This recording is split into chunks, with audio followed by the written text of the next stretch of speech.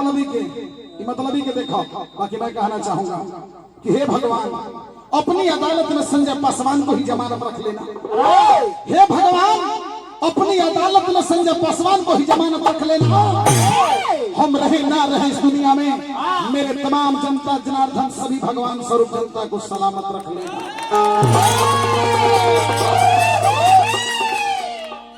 देखना लाज ना लगे थोड़े, देखना उठ के मर गए, मुँह उतर गए, चेहरे उतरल हो, पूंजी खत्म है। ललकारमी हमारा रे पटक के मारे वाला ही नहीं रे, हक देने पैंट में मारबो भी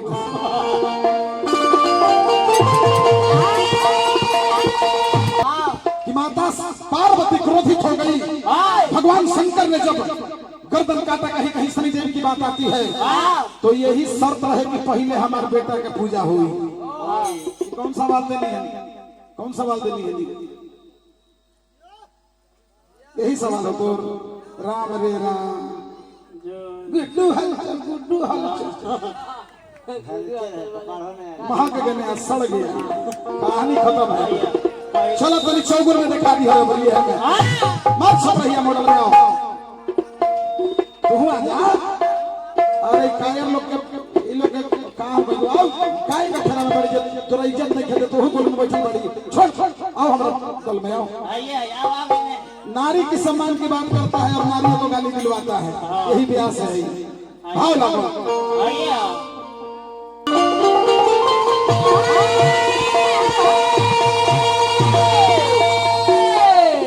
जब तक जवानी में फुटा निकलो, जहिया उमल मुआ तोरा बोले है, तहिया तार मुंह से बोली ना वैसे ऐसे। और बलिया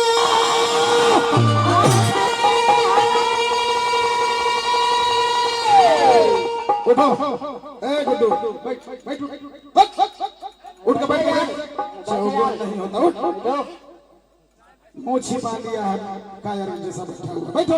अरे तोरा कुछ नहीं करेंगे, बैठ खाली आंख मिला।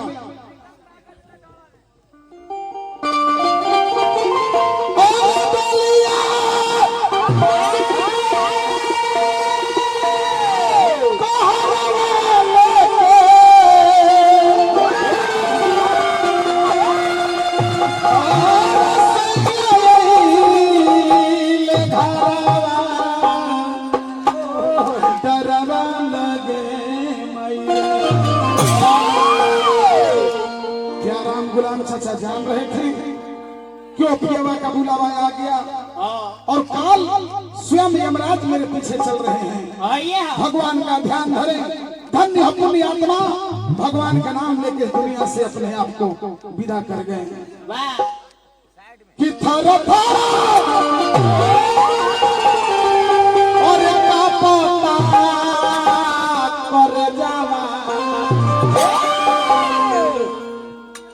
निर्गुण 9 प्रकार से संजय पासवान गावेला बचवा, 9 प्रकार से गावेला। तो का गई हमरा सोचा का कि अरे थारा थारा अरे का पता कर जावा बदरवा।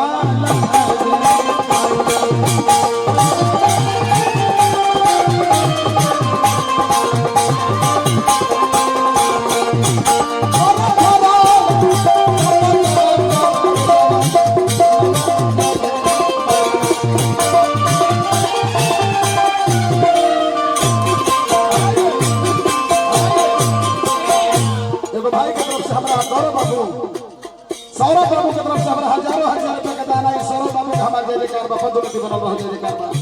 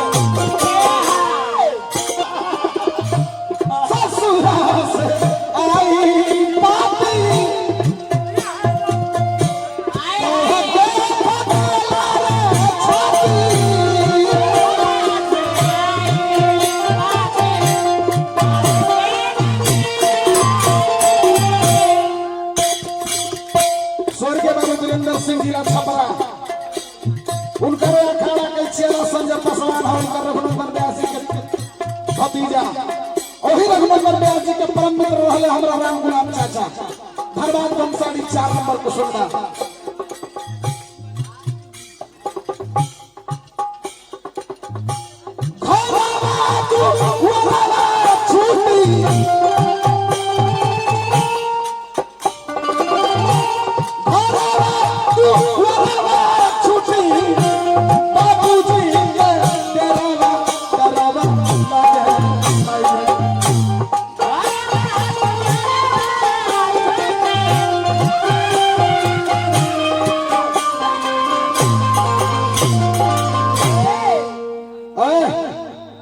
तो भाई हमें थोड़ा माफ करो तारे माफ का कोई नहीं तो कहानी ऐसी साफ खत्म कहानी आज हो गई तो नजर उठाओ देख चौगुन में क्या कहला देख तबला कटा के उठा दे भाई देख कि अरे थारा थारा